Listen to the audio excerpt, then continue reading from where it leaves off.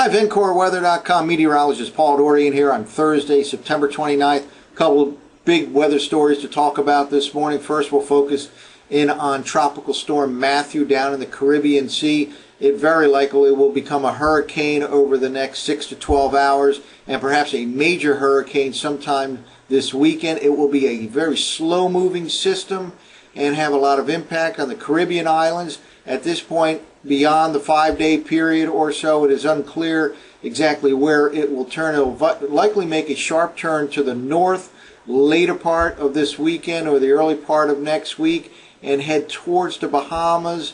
It's too early to tell if it'll back in towards the U.S. East Coast. Certainly there is a possibility and some hope that it will stay out to sea, but it certainly cannot write anything off at this time. All eyes in the eastern U.S. should continue to monitor the situation. This is the very latest visible satellite imagery loop from the Penn State EWAL site. Very healthy looking system now. Maximum sustained winds at around 70 miles per hour. The center right around in this region right here. Not far at all from being declared a hurricane, which requires 75 mile per hour winds. These are some of the Caribbean islands, Puerto Rico right here, and then Hispaniola right here, and this is the Dominican Republic and Haiti. Off to the north and west is Cuba. The likely track will continue it on a westward motion over the next couple of days, and then at some point it'll make a sharp right turn, head to the north, probably hitting Cuba during the latter part of the weekend, early part of next week, and again, perhaps as a major hurricane. Well, here's the latest official storm track by the National Hurricane Center, a branch of NOAA down in Miami.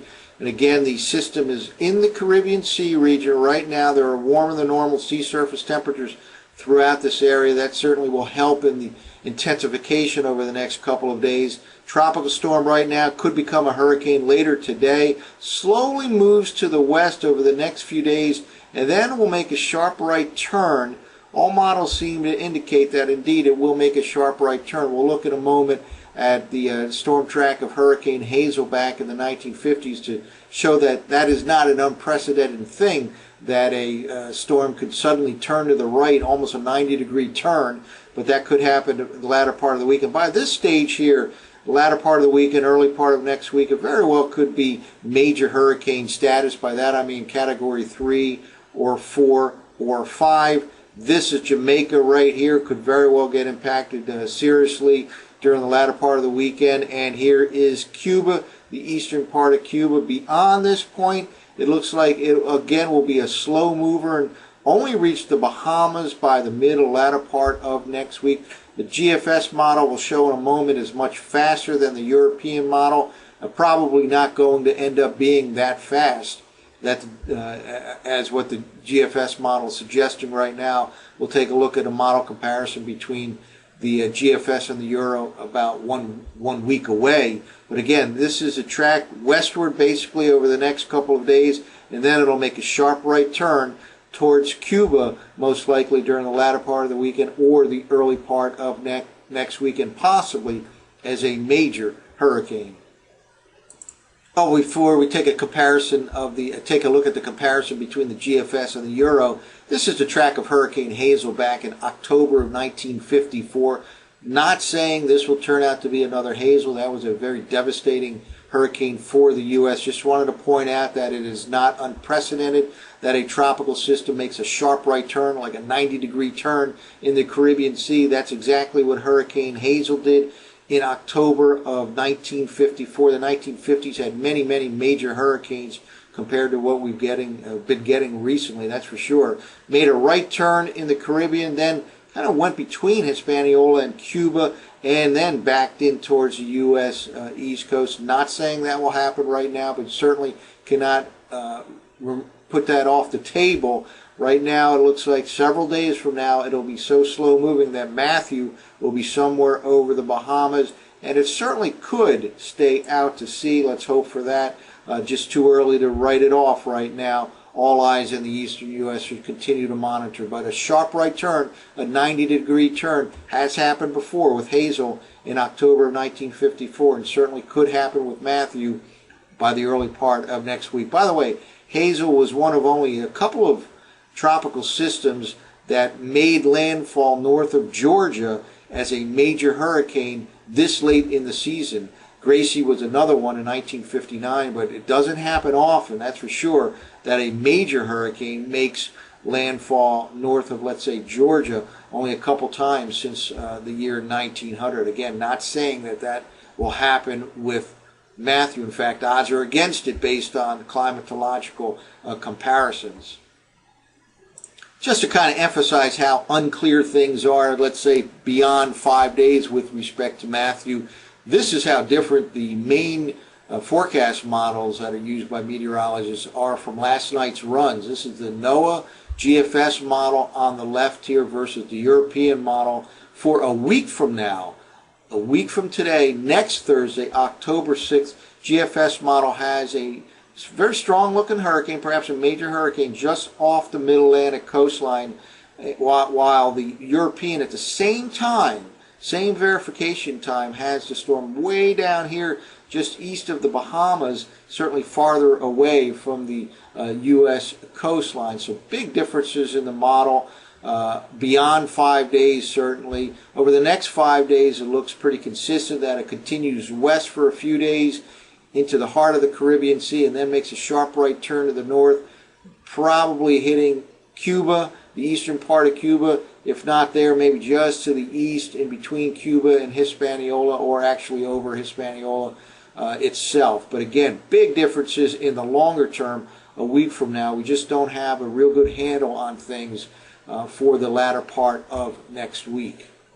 Just to show another map here as to how unclear things are in the longer term with respect to Matthew, this is the range of possibilities depicted by the European ensemble forecast runs.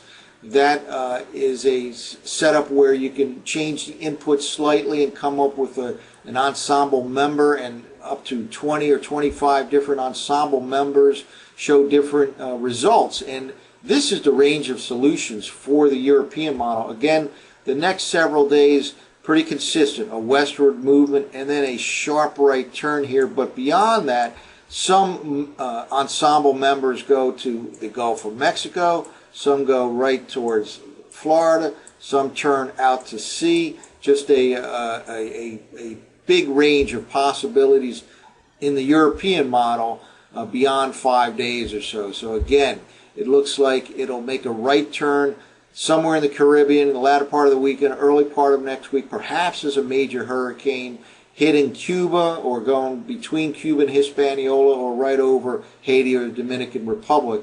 And by the early part of next week, the middle part of next week, probably Matthew will be situated somewhere near the Bahamas. Beyond that, it's still unclear. Hopefully, it'll stay out to sea and not take a turn back in towards the U.S. East Coast. Well, another big story, of course, is a significant rain event here in the Mid-Atlantic region. We focused in on Matthew at the onset of this video discussion, but now we'll focus in on the Mid-Atlantic rainfall. This colorized water vapor imagery loop really tells a big story here. It tells what's going on here. A vigorous, slow-moving upper-level low-pressure area spinning over the Ohio Valley. On its eastern flank, lots of moisture riding right up from the south into the north, from the Carolinas into the Mid-Atlantic region. There was some substantial rainfall last night, especially across the D.C. metro region, on the order of 2 inches plus in some areas. This kind of training of moisture moving right over from the south to the north will continue really for the next 24 to 36 hours or so. It will not rain at all times, and it certainly will not rain heavy at all times. There will be some breaks, but some occasional heavy rainfall for the next 24 hours or so. And again, the greatest rainfall amounts appear to be setting up for the central Virginia all the way into central Pennsylvania. We have a persistent east to northeast flow in the lower levels of the atmosphere, so any higher elevation locations across central Pennsylvania down to central Virginia will see some more upsloping as those east to northeast winds are forced up and over the mountains in this area, and that could certainly enhance rainfall amounts. But certainly a significant rain event, especially in the D.C. metro region and across central Virginia up to central Pennsylvania. be on the lookout for some flash flooding potential over the next 24 hours or so. This is the latest radar loop, and again, this will not be an all-day rainfall event. There will be some breaks in between, and certainly the heavy rainfall will not be persistent. That will fall on an occasional basis here.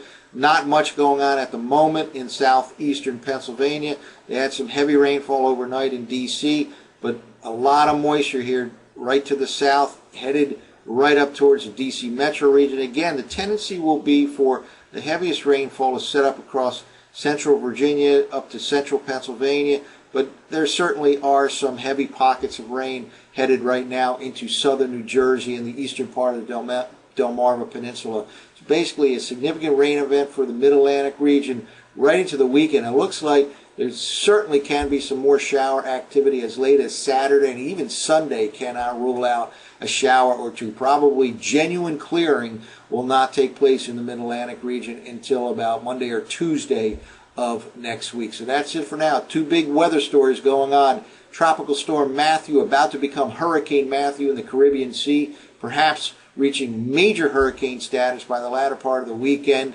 as it makes a sharp right turn towards Cuba, for example, or perhaps Hispaniola in the latter part of the weekend, early part of next week. And the significant rain event that's already underway here in the Mid-Atlantic region will continue for the most part right into the upcoming weekend. That's it for now. For VencoreWeather.com, I'm meteorologist Paul Dorian.